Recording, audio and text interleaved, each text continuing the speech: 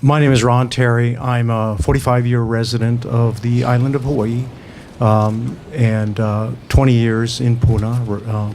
Both my children were born and raised there, and I'm also a surfer of some 50 years.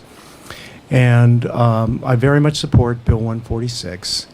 But I am concerned that the breadth and scope and criteria for the bill include loss of recreation sites.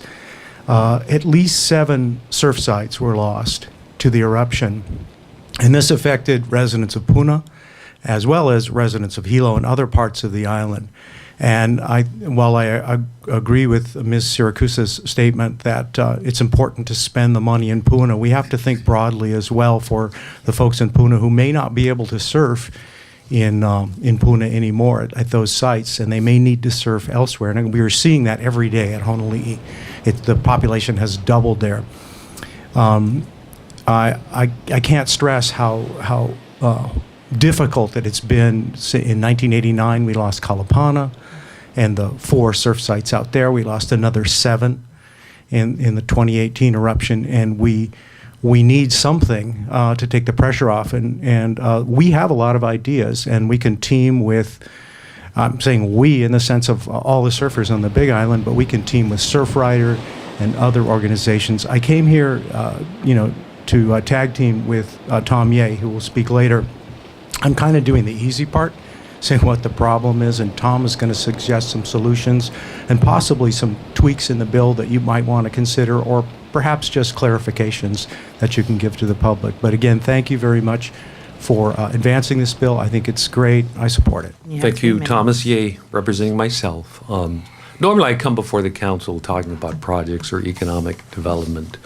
But in this instance, dealing with the aftermath of the 2018 lava flows, one of the things that we believe that the council really should try to also think about once we get past the original priorities of infrastructure development is how do we deal with the loss of recreational resources? And I'm talking in particular about ocean recreational resources that have existed, whether they be park facilities or places to surf and play in the water.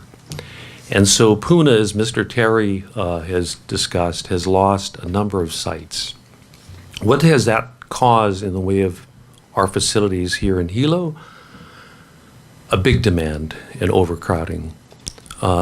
There's sharing that goes on, but at the same time, there are also other opportunities that we believe this bill can help present, which is the way of trying to do what I would call ocean resource enhancement. In other words, taking existing resources that we have, maybe not necessarily in Puna, but if there are places in Puna that are conducive to that, that's great. What are we talking about? Bayfront used to be a very prime beach location before the break wall went in. We're talking right now about trying to take care of that break wall and enhance water quality. One of the things we can do when we look at that study is take 1/8 of a mile off of the end of the breakwater. What that's going to do is it's going to create a huge window for waves at the Bayfront area. If you were to go there today, you would see a beautiful break. We're talking about multiplying the opportunities for people from Hawaii.